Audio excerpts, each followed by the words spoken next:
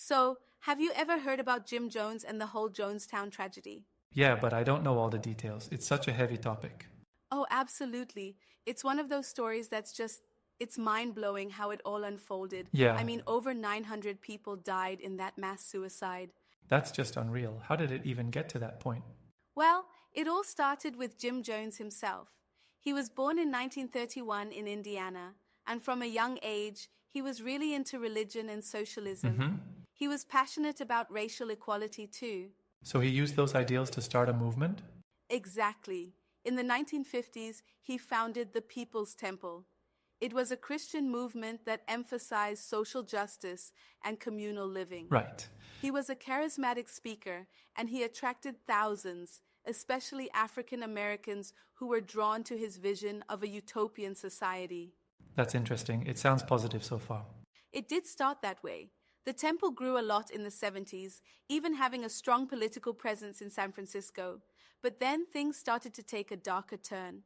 Yeah? As media scrutiny increased, Jones became more paranoid. So is that when they moved to Guyana? Exactly.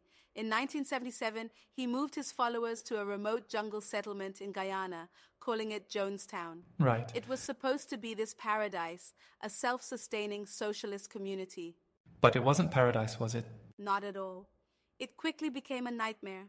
Members were overworked, malnourished, and armed guards patrolled the area. Wow. Jones controlled all the information, broadcasting his sermons over loudspeakers 24/7.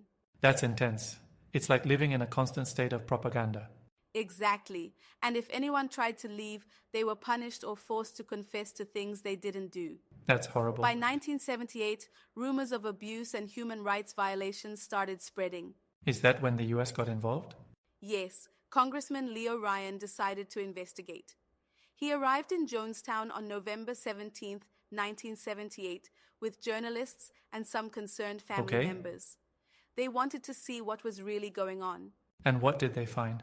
Well, on the surface, things seemed okay, but after talking to residents, a few people begged to leave with Oh him. man.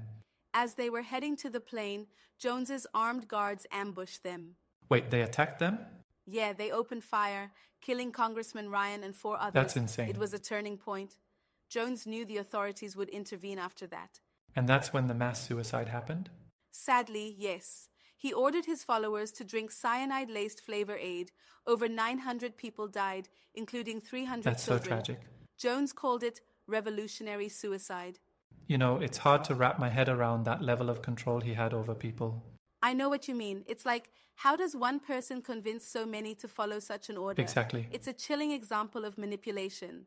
Do you think it was the isolation that made it possible? That was definitely a big factor. Being in a remote jungle cut them off from the outside world. Yeah. Plus, the constant propaganda and control over every aspect of their lives. It's a classic case of a cult, isn't it? Absolutely. And it serves as a warning about the dangers of unchecked power and blind loyalty. It's why we need to be vigilant about charismatic leaders who demand absolute obedience. But do you think all this could have been prevented? That's a tough question. If there had been more awareness and intervention earlier on, maybe. But Perhaps. Jones was very good at hiding the darker sides of his movement. It's just so sad that so many lives were lost. It really is. And we often forget that the victims were manipulated and trapped. The phrase, "don't drink the Kool-Aid," gets tossed around, but those people weren't willing participants in the way we sometimes think. Right. They were victims.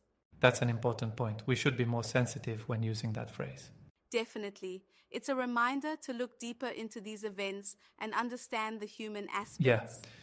Jim Jones started with messages of social justice, but his paranoia and desire for control led to unspeakable tragedy.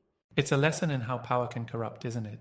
Absolutely. And how important it is to question and think critically, especially when someone's demanding unquestioning loyalty. Exactly. It's a story that should never be forgotten. Thanks for sharing all this. It's heavy but so important to talk about. I agree. History has a lot to teach us, even when it's uncomfortable. Yeah. We just have to be willing to listen and learn. So true. Well, maybe next time we can delve into another topic that sheds light on these kinds of issues. I'd like that. There's so much out there to explore. Knowledge is Absolutely. power after all.